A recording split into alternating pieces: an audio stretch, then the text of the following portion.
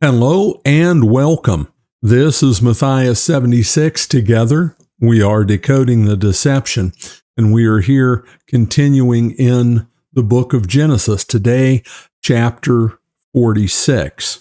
We've just finished up with Joseph making himself known to his brothers, all of that drama, all of that amazing story of how that went down. And now it turns to Jacob coming from Canaan, coming from up where they were, down to Egypt.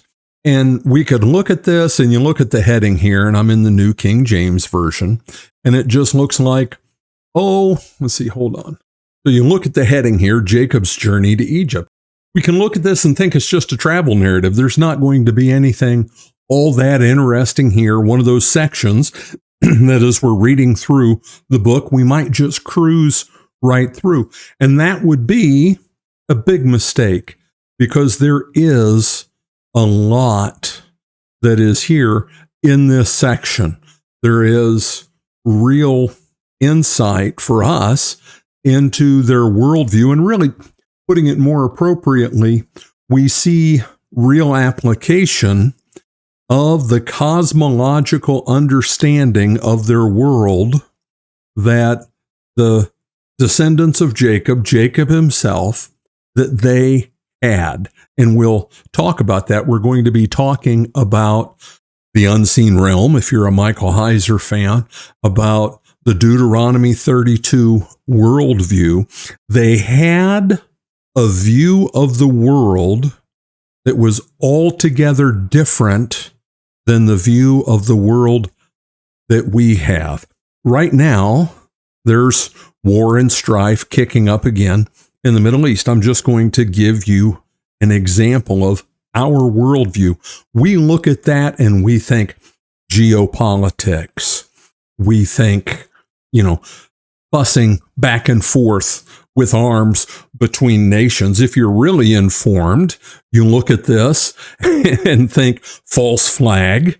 You think deception. You think war for the manipulation of the masses and the laundering of tremendous wealth going to the forces, the minions who serve the lords of darkness. You can think all those things. What it really is, what's going on, is intelligent evil, the machinations of the fallen ones being played out in this earthly realm.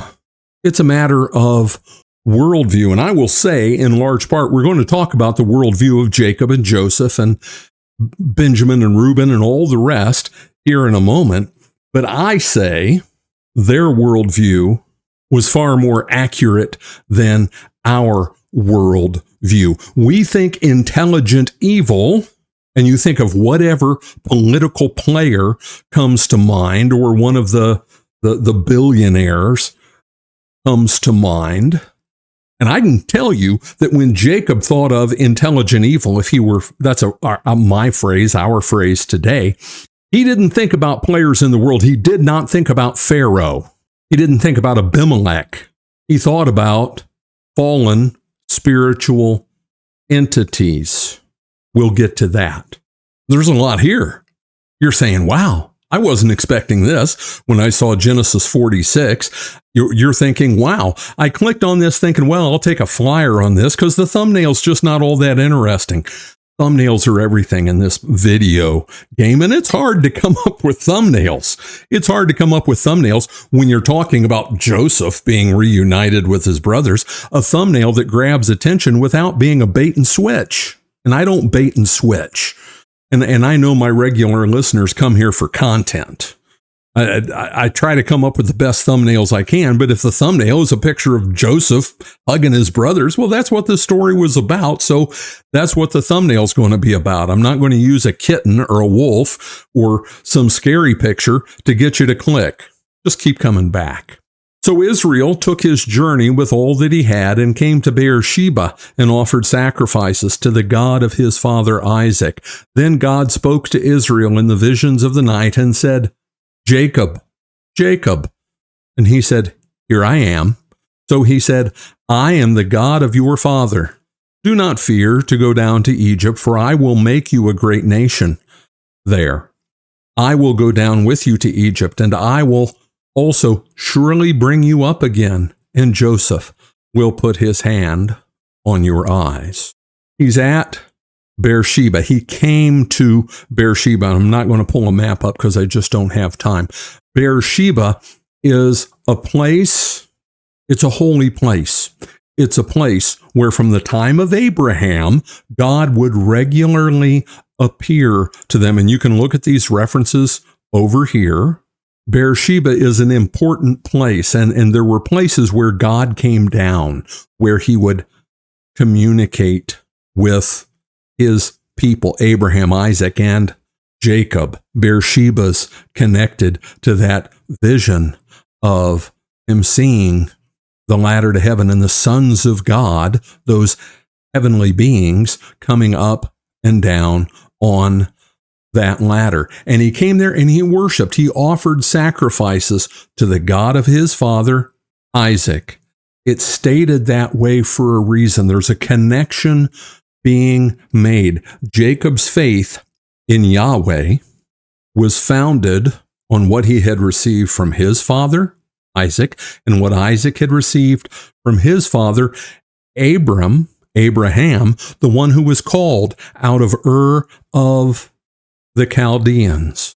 So God spoke to him, and it says in visions of the night. Sometimes that term is used for a dream, so this might be that kind of an appearance of God, him coming to Jacob. There's nothing here that we can put our finger on and say, this is a real manifestation of God in human form. That happens many times in the book of Genesis. We can't say for certain that it happens here just because the way this is stated. But he calls to him Jacob. Jacob. It's interesting. When God appears to his people, he often calls out their name twice. It's like, I want your attention. This is important. And what does he call him? Jacob. Not Israel. He calls him Jacob. And we don't want to read too much into this, but it's as though that name Jacob is connected. That's the name Isaac gave him, right? His father. And this is about the faith that was entrusted to Abraham and has been passed down and reaffirmed at this place, Beersheba, time and again, to Abraham, Isaac, and to Jacob. And if some of you are thinking, man, there are some things here he could be going into more detail in that, and that's true. That's true. There's just such a big overarching narrative here that I want to bring in. I'll pass over some of the details I would usually wormhole down into, rabbit trail on. And he said, here I am. He's like, speak. And it's like, speak, Lord, your servant is listening. And he addresses him and tells him who he is so that there's no misunderstanding. And I think that when God appears to you, whether it's in a dream or not, you know who it is. He's just making it absolutely clear. And again, he's making this familial connection. He's bringing that to the fore. Because think about what Jacob's doing. Let's go there. He's leaving the promised land. I'll say that again. He's leaving the promised land. He's going down into Egypt. And I'll tell you something that we don't think of. It's not part of our worldview. My worldview, the way I was raised, the way I understand the world and its workings, is as different from Jacob's worldview as my worldview is different from my German Shepherd's worldview. They're entirely different. Gods, and there were gods. Okay, we're going to be talking about the B'nai Elohim. We're going to be talking about the sons of God. We're going to be talking about the 70 nations back in Genesis 10 and 11. The 70 nations that were handed over to the sons of God. These divine entities, meaning they're spiritual entities. They're not God with a capital G gods. There's only one of those. He's the one who created his heavenly family and his earthly family. But God, at the rebellion at the Tower of Babel, put the nations under these other divine entities. And he said, keep track of them. Make sure they behave. Make sure justice is enforced and all these things that they're called to count on. Let's go there. Let's go to Psalm 82. God stands in the congregation of the mighty. That's the holy ones. He judges among the gods. How long will you judge unjustly and show partiality to the wicked? He's condemning them. This is a courtroom scene in God's throne room. He's condemning them because they didn't do what they were supposed to do. Look at the nations. They're a hot mess. They've gone astray. You let them go after you and worship you. And he's calling them to account for that. But those gods, this is the major point here that's pertinent for what Jacob is thinking. Gods were territorial. Baal had a territory. Ra had a territory. Zeus, Poseidon, whoever you want to pick. They had a territory because they had been assigned a geographical territory by the Lord himself. Where do we have that? Deuteronomy 32, when the Most High divided their inheritance to the nation, when he separated, and this translation's terrible, the sons of Adam, it's the sons of God, that is God. He set the boundaries of the people according to the numbers of the sons of God. And really, I need to be looking at, there's a challenge always with translations. The ESV gets it right. It is the sons of God. He assigned them to the sons of God. But those 70 nations had a territorial God, deities. And what is Jacob doing? He's leaving his territory. He's leaving the land that God said was for them. That's scary. And there's more that's scary, because in Genesis 15, Yahweh had told Abraham that your descendants will be enslaved in a land that is not their own for 400 years. You think Jacob didn't know about that? Of course he did. So he's leaving his land and going to a place where slavery awaits. That's why the Lord comes to him and says, do not fear to go down to Egypt, for I will make you a great nation there. That was God's overarching plan. Israel was to be the one nation through which the other nations are eventually redeemed and brought back. What happened after the Tower of Babel? What's the first thing that happened after Genesis 11? Genesis 12. Abram being called out of Ur of the Chaldeans. He was called out, set apart for a holy purpose. And God says to Jacob, I will go down with you. These other gods, these spiritual entities, small g gods, they've got territory. They're bound to it. I can go wherever I want. I will go down with you, and I will also surely bring you up again. That's the whole book of Exodus. Definitely the first 15 chapters. God's going to bring them up, and boy, is he ever going to bring them up. And above and beyond that, a kicker, icing on the cake, Joseph will put his hand on your eyes. We don't talk that way, but they did. What did that mean? Joseph will be there when you die. That son you miss so much, he's the one who will close your eyes, because somebody dies. In the movies, they close their eyes, right?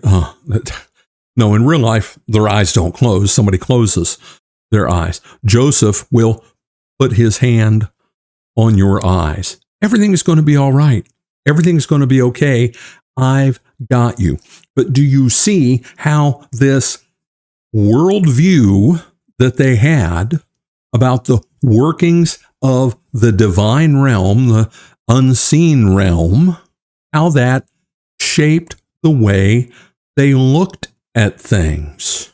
And Jacob, Israel, was playing a major role in that because it was his 12 sons who were going to be the patriarchs of this great nation that God promised to Abraham, to Isaac, and to Jacob. And I'm not going back and pulling up all the references and all the different places where God says these things, because there are multiple references that we've seen here in the book of Genesis. I just don't have the time. But This is big stuff. This is really, really important to understand. They looked at the world in an entirely different way than we do.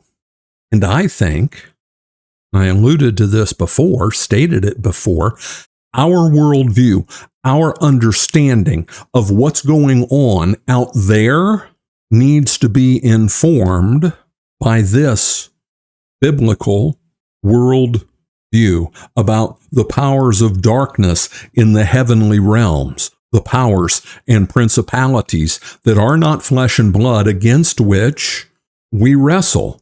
That straight from Paul in Ephesians 6. He had the same worldview. We look at the world today and we constantly think, how can it be so evil? How can it be so sick? How can it be so twisted? These gods of the nations didn't go away. They simply are operating in a different mode. When Jesus sent his disciples, and do you remember the first time Jesus sent his disciples out on their own?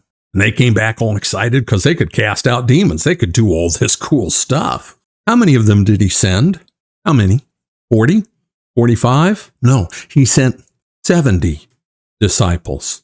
70 nations to be reclaimed, 70 disciples sent. There is a similar parallel at the day of Pentecost. What are the disciples, by the power of the Holy Spirit, enabled to do? To speak in different languages, the languages of all these nations, and it rattles them off. Go and reclaim the nations. That's what we're doing today. Now, do you think that those powers of darkness, the powers and principalities that are not flesh and blood, against which we wrestle with the gospel as we share it with others, do you think they sit idly by and watch as their territory is diminished, as those who are under their dominion are taken away? No, they don't. They war and they fight. You could say that a large part of the book of Revelation is the commentary, prophetic commentary on all of that. They war and they fight and they hold those who are under their power in subjugation and misery and torment. But what did Jesus say? What did Jesus say? He said that the gates of hell, the way we think of it most often is the gates of hell will not prevail against my church. Gates are not an offensive weapon. They're not. There were offensive weapons Jesus could have called attention to.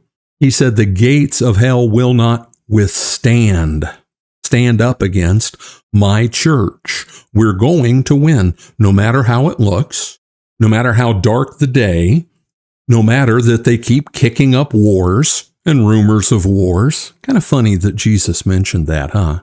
Contrived news about wars, whatever. Nothing is as it appears because it's all being done as the machinations in this world of these lords of darkness. The people in power do not view themselves as serving us. They don't. We're not part of the club. That is our world. That is the way we should understand our world. And Jacob, I can assure you, would have no trouble understanding that world at all. Also explains part of his trepidation about going down to Egypt, the most powerful nation in the world at the time, which in their view and understanding meant their gods were the most powerful in the world at that time. God says, don't worry, I got this. And think about this. I'm really on a roll here, and I'm just going to keep going with it. They were in slavery there 400 years. Do you think they felt like they were winning? Do you think the people who were there 250 years from this day that we're looking at in our text, do you think they felt like they were winning? No, but they remained faithful. They remained faithful, and eventually God brought them out with a mighty hand and laid low the gods, and it says that explicitly in Exodus, the gods of the Egyptians. He laid low, make his power known, just as on the last day, when every knee will bow and every tongue confess, and the beast and the dragon and the false prophet and all who follow them, who accept the sign of the beast, will be thrown where? Not in the clink, in the lake of fire. This is real stuff. This is real stuff. And it's still in force and in play today. But God's message to Jacob, don't be afraid. I got you.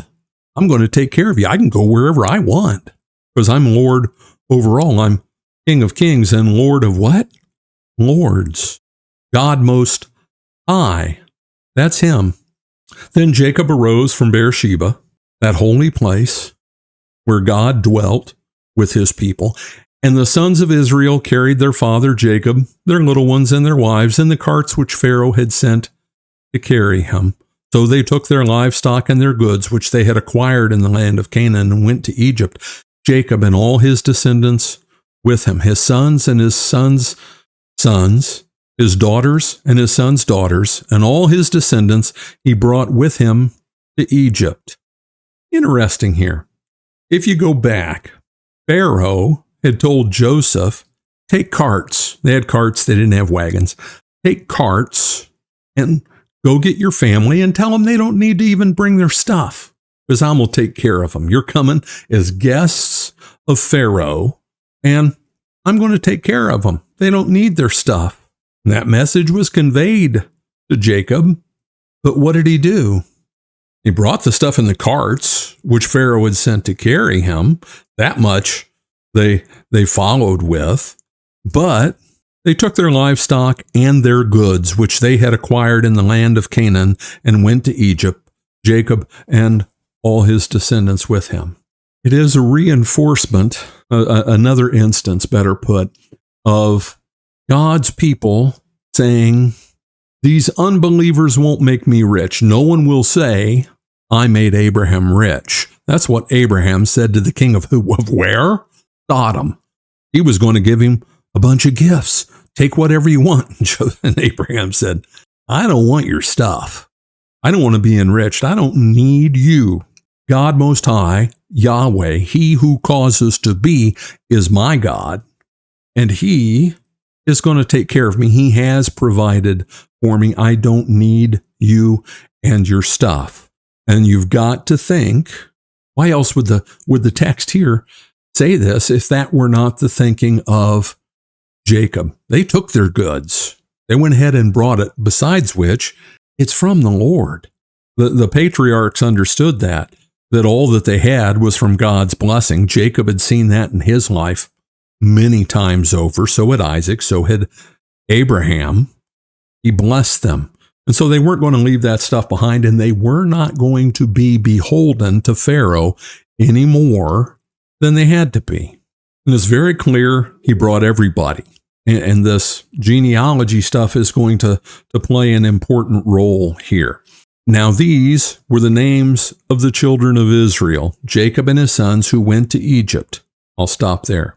And I'm not going to read through all of this because it's an exercise in tongue-twisting name pronunciation, which isn't the end of the world. I've done it many times. And here's how you do it.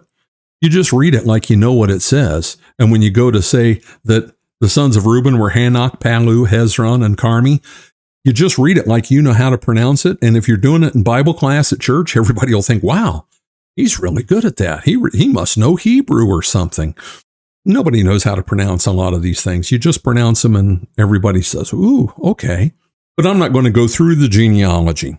We are going to talk about the genealogy, but I'm not going to read through it. It goes through each and every one of the sons in order, by birth order, and by, more specifically, it does it by which wife they were the sons from. Okay. The genealogy is interesting in a number of ways. Number one, we will get down and read the end. See all those names that I'm not making you listen to? These were the sons. Let's see, let's get down to the end. All these persons, verse 26. See, we're at the end of the chapter already. Wasn't that amazing? Or almost the end of the chapter. All these persons who went with Jacob to Egypt, who came from his body, besides Jacob's sons' wives, were 66 persons in all. And the sons of Joseph, who were born to him in Egypt, were 2 persons. All the persons of the house of Jacob. Are you ready for this? Are you ready? All of the persons of the house of Jacob who went to Egypt were not 68, not 104, not 78, 70. 70. Do you see this understanding of the world, understanding of the nations, and Israel's place in it in this text, put here clearly in this narrative? Yes, it's right here. The one nation that was the one set apart by God. And we should go take a closer look. We will do that. We're going to read Deuteronomy 32, 8, 9, and following. When the Most High, notice, there are many gods, divine entities, spiritual entities, but there's one that is Most High. When the Most High gave the nations their inheritance, when he divided mankind, he fixed the borders of the peoples according to the numbers of the sons of God. They were allotted out, is what that is saying. And when you go look at, and I encourage you to do this, when you go look at this text, read it in the bigger context of what's going on. This is Moses' farewell sermon. He's talking to the children of Israel about who they are, where they come from, God's purpose for them, and what will happen to them if they are like the other nations, not faithful. That's the situation in which this text finds its context. Verse 9, but the Lord's portion is his people, Jacob, his allotted inheritance. Those 12 sons. He found him in a desert land, and it's personifying the whole nation of Israel, and it's going to go back and personify it in Abraham. It just said Jacob, but that's the way the nation was talked about, Israel, Jacob. It's going to go back and talk about Abraham. He found him in a desert land and in a howling waste of wilderness, Ur of the Chaldeans.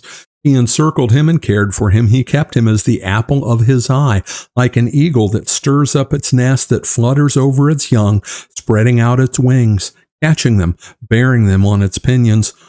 The Lord alone guided him. No foreign god was with him.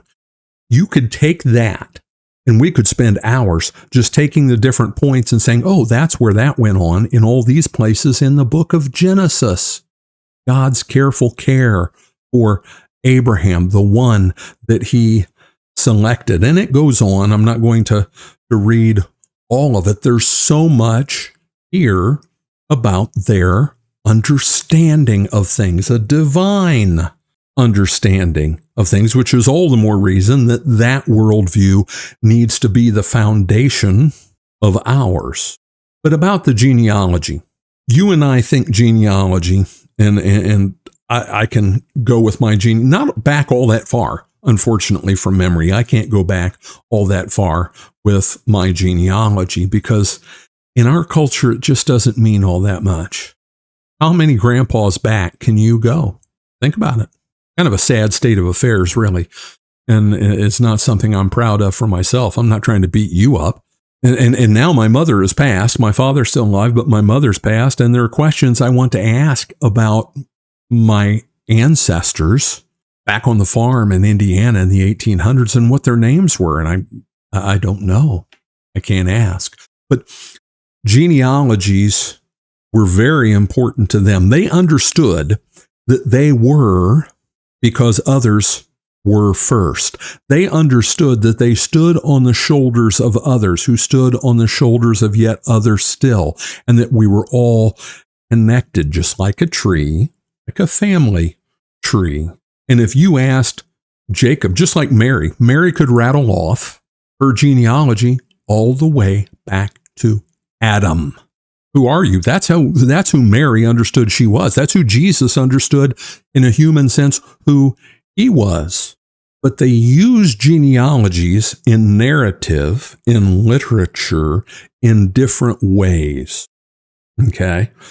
They would craft a genealogy to highlight certain aspects of the family or the history. And this is common in ancient Near Eastern literature of all stripes.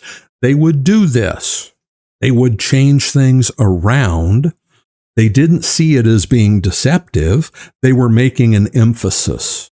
Okay, because you can go other places and you can slice and dice the genealogy that we didn't read through, because you know how you lose a YouTube audience, a BitChute audience when you're doing Bible teaching? Read big, long bibliographies. That's how or bibliographies, biographies, genealogies. That's how you do it. Okay. They would craft things so that the numbers aligned with the point they wanted to make. Was it exactly 70? If you look carefully at all the history and all the names and look at genealogies the way they are presented in other places, maybe not. But that's not the point.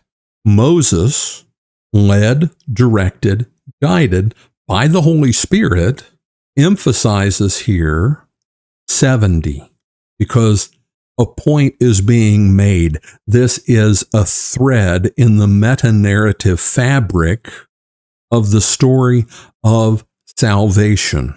Jacob's whole existence and his descendants' existence was connected directly to the dividing of the nations and what would come later as the reclaiming of those nations. And that's something Moses knew nothing about. He didn't know any of that stuff. We make the mistake of thinking these major characters in the Old Testament had more understanding of the future than what they did. But they didn't need to know. Just like I don't need to know the exact details of what's going to happen in the future, even as it relates to the end of the world. The book of Revelation makes that point quite clearly, and everybody misses it. We pass right over it. We don't think about it. I've been trying to think about it regularly. John heard 7 thunders, just like 7 trumpets or 7 bowls or 7 seals. John heard 7 trumpets or 7 thunders. And thunders, that sounds impressive, doesn't it? And he was going to write it down, and the angel said, don't write that down. There are things we don't know. Just an important thing to remember. But back to this, the connection is being made to this big overarching narrative of the role of Israel, that nation that at this point is just beginning their connection with the reclamation of the nations and God's overriding plan in all of that. I'm going to sometime soon just do a video, and if you want to see it, make a comment down below. I'm thinking about just doing a video, a standalone video or series of videos on this. We can call it Michael Heiser called it the Deuteronomy 32 worldview. And it wasn't Michael Heiser's idea. It's a known thing in scholarship and biblical scholarship. It's just that it's not out in the pews all that much. Heiser's work was bringing that out, making it known. Back to the text. Then he sent Judah before him to Joseph to point out before him the way to Goshen. Stop there. Who did he send? Reuben? Simeon? No. Levi? No. Number 4 son, Judah. Judah, again, is the one who is now at the 4. Those other 3, because of things they had done, lost their prominence. And now it's Judah. They were going to the land of Goshen. Look in commentaries. You got to study Bible with notes. If they say they know where Goshen is, they're wrong.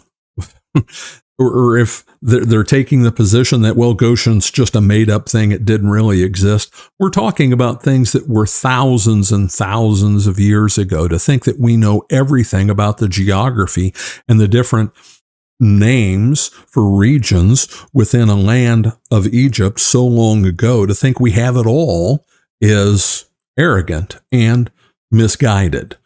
The fact of the matter is, as much as we think we know about Egypt and its history, we've got a tiny little fraction of everything that was written down and had at one point been recorded. Scholars know that. But you know what scholars can't stand to say?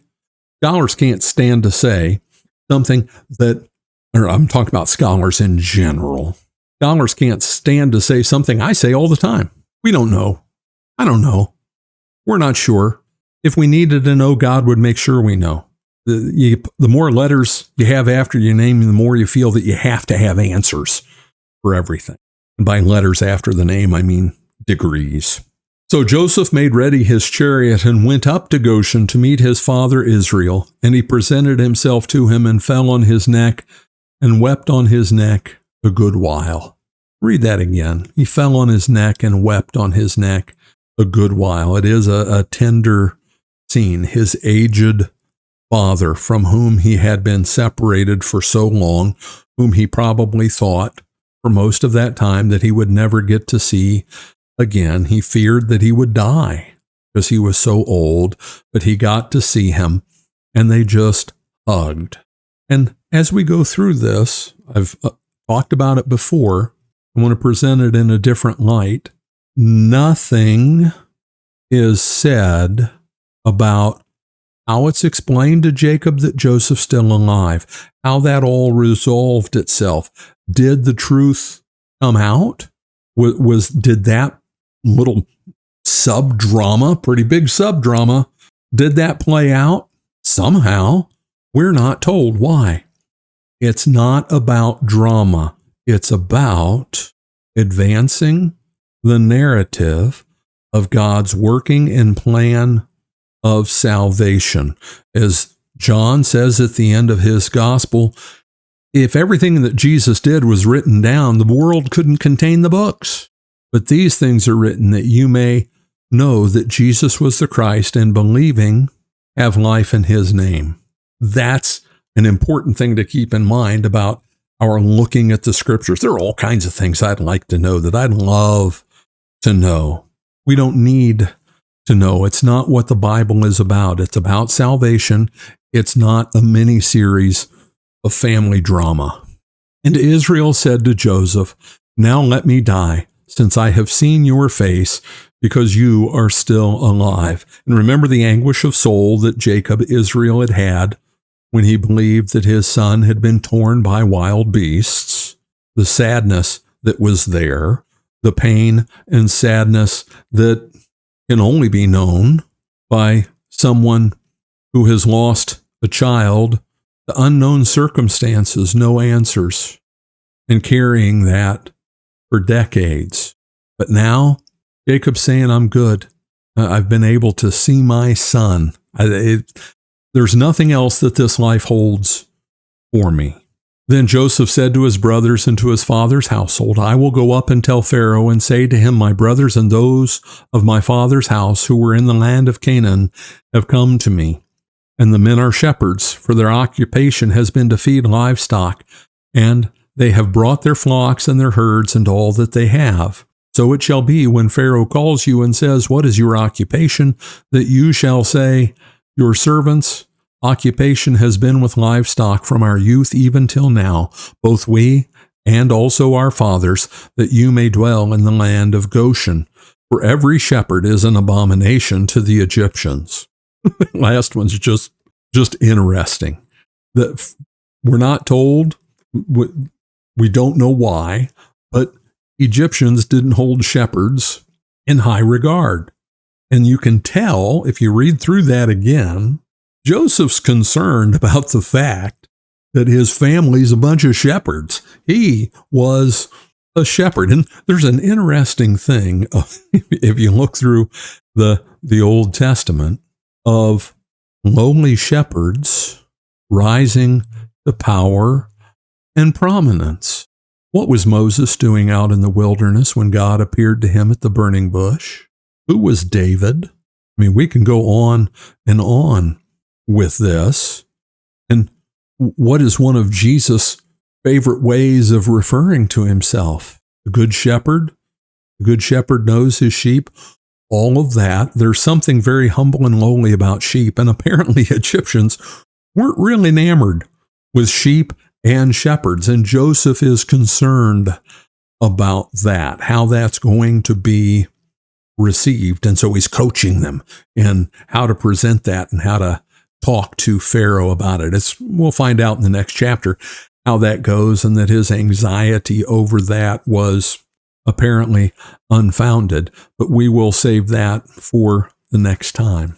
I do encourage you, if you're interested in having a video or a few videos on this divine counsel, God has his counsel in the heavens, because, and this is we do need to do this video on the unseen realm, on the Deuteronomy 32 worldview, because I've been talking about it in the context of the ones who fell. There are sons of God who didn't fall, who form God's counsel, with whom he consults, with whom he discusses things, who he sends to go and do his bidding. There's a whole lot there with that. But if you're interested in seeing that, put a comment down below, and the more comments there are, then probably the sooner I will get around to doing that. Do encourage you, if you have not, subscribe to this channel. Here you're going to get regular, in-depth, germane, to the point, things that apply to your life, teaching of the Word of God. Encourage you, subscribe, hit the like button, share this video with someone else. You know someone who would be interested in this content. Hit the share button and send it to them.